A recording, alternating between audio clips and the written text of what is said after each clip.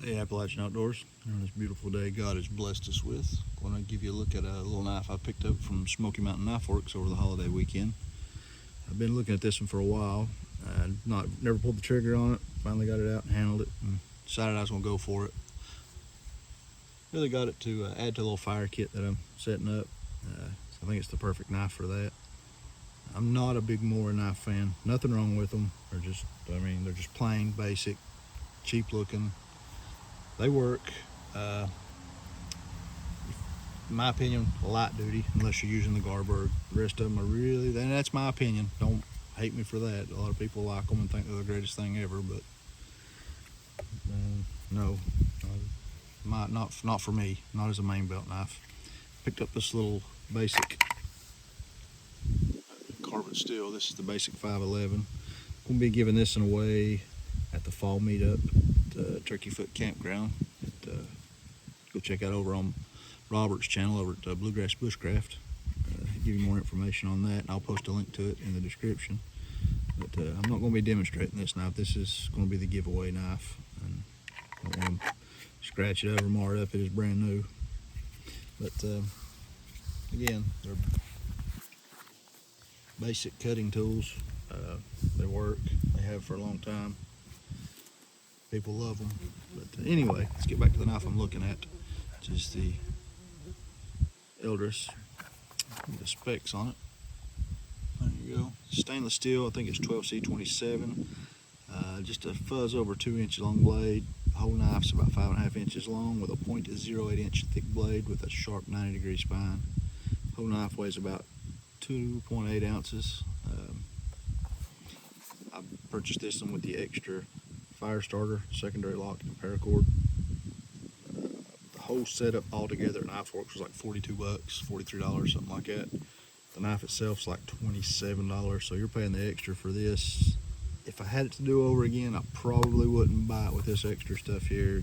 I don't think I really needed it, but I bought it as the kit. I'm gonna give you a look at it. So here we go.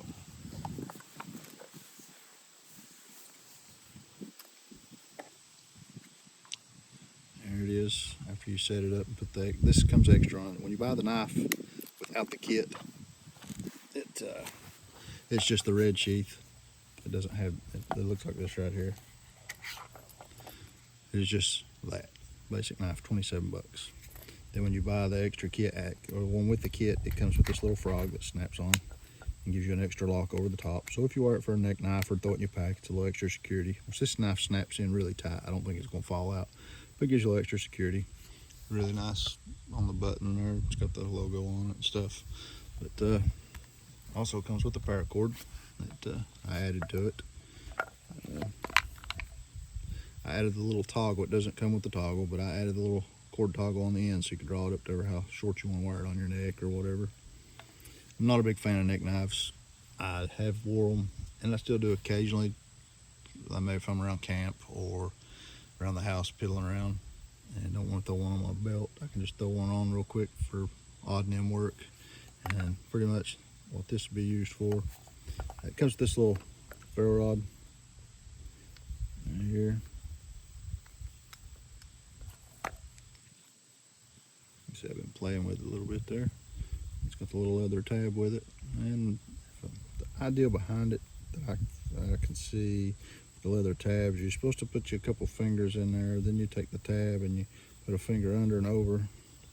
It gives you a way to hold the ferro rod steady and solid, so you can use the full length of the rod instead of trying to hold the ferro rod. Pretty neat. We'll check that out here in a minute. And the leather is stamped with the logo.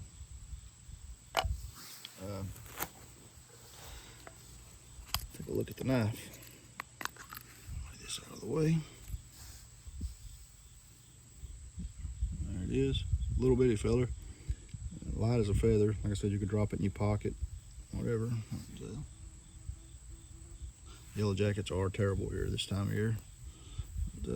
I added the little lanyard to it. Just the reason I wanted I tried it without it, and it's a little tough to pop out of the sheath without giving it a jerk, and I don't like to do that with a knife. It's an easy way to get cut, so I added the lanyard, little bead my buddy made. I added it to it. All kind of matched up with it for looks, but not only for looks, It gives you a little extra something to get a hold of with your hand, your pinky, take your thumb, and you can just pull and pop at the same time and ease it out instead of trying to jerk it out of there. Anyway, let's see what we got here.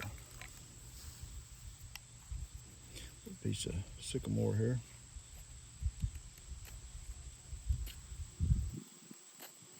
Get us up some shavings. If we can keep the yellow jackets from packing us off. We've had a lot of issues with them this year. They've been really bad.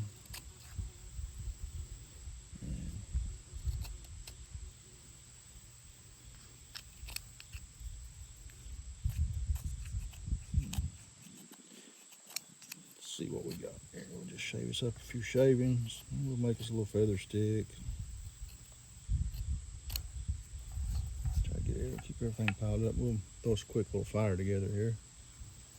We'll start a little fire. We won't make a big fire. Just to show this little knife here. If I can catch it all on camera. I might have to zoom in a little bit for you. Try that.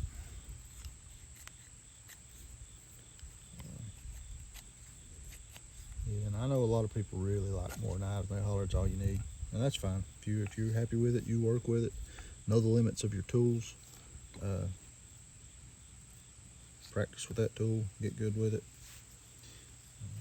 If you're satisfied with it and it works for you, go for it. I'm not a knife snob as far as saying, hey, you got to go out and buy a $300 Bark River. You don't have a knife. I'm not like that.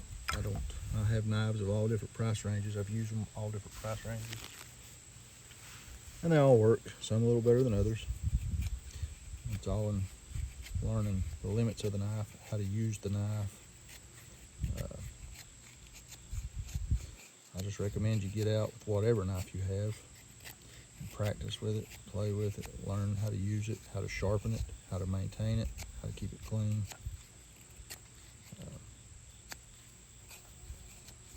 This little knife right here is just slick as a whistle. The grip is fat enough and round enough. It really feels comfortable in your hand. You can actually get a better grip than most of my small knives. My pocket knives have a small handle to match the small blade, I guess, and they're not as comfortable in the hand for carving and pulling. You can use them, but long term you get hand fatigue with them. So far, this one actually feels really good in the hand. You can actually, it's like having a full grip blade handle on a little bitty blade. And the little blade, it's kind of nice, stays out of the way, does everything you need it to, short of batoning. I really don't recommend batoning with the Mora unless you got a Garberg, and I still really don't like the baton unless I absolutely have to. I have, just trying knives out, but it's not something I would do on a regular basis. It's not. Anyway, little knife will make some curls.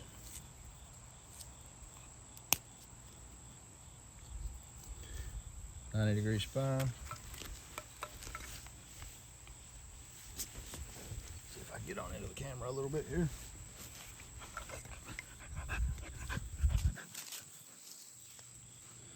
Little bulldog here, you see his tail on the camera. He's wanting a little attention. He's hanging out with me today, and he's laying here in the shade.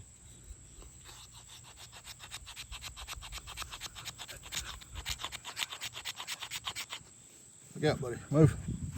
Move. Go on. Let's see.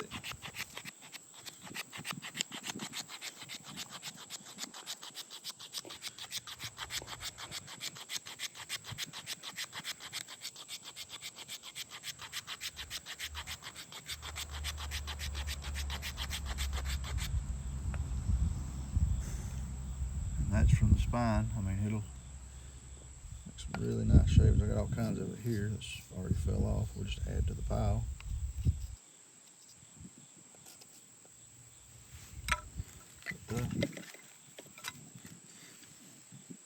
It cuts, carves, does whatever you need it to. It's for a small knife. Again, I'm adding this to a fire kit, so what you see it doing is pretty much what I got it planned for. Let's try this ferro rod out. See if we can get this technique down that they recommend using it for. It says to try that.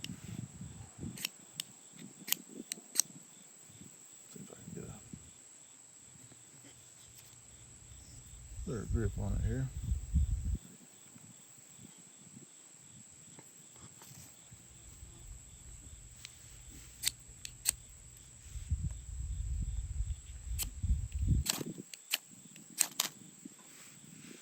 Okay.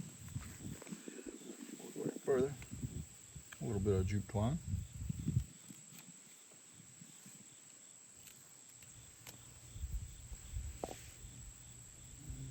I like my jute twine. We'll shred all this up into real fine shavings. Unbraid it, unravel it. Again, check the description. I'll have a link posted to Bluegrass Bushcraft, and you go on and check some of his videos out, and you'll see a little more information. You can holler at Rob, and he'll give you some information on the fall turkey foot meetup if you're in the area or want to travel to it and hang out and have a good time. We also do a meetup in the spring every year in Letcher County, Kentucky, at Fish Pond Lake. We just had that back in June. We'll be doing it again, Lord willing, and their time's still turning. Hopefully we'll get to it again come next June, first weekend in June. The fall gathering here is going to be the first weekend in October. A lot of fun, a lot of good people, a lot of free classes, a lot of fellowshipping and meeting some new guys, people that are really down to earth and great people. Never met nicer people. The host, Rob, he's a great guy. Can't beat him. He has a couple really good channels. He's the Coleman man. He can really fix old Coleman fuel lanterns and stoves. Very knowledgeable on that stuff. But, let's put all this in that. So, put it all together there. And get a little ferro rod lined out here.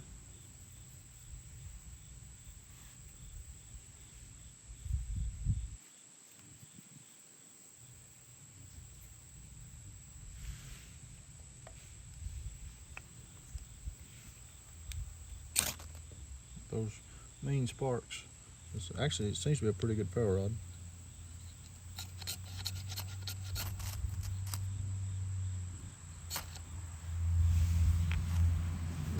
The power of jute twine.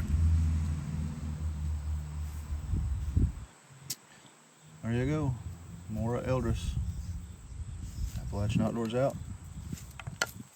God bless.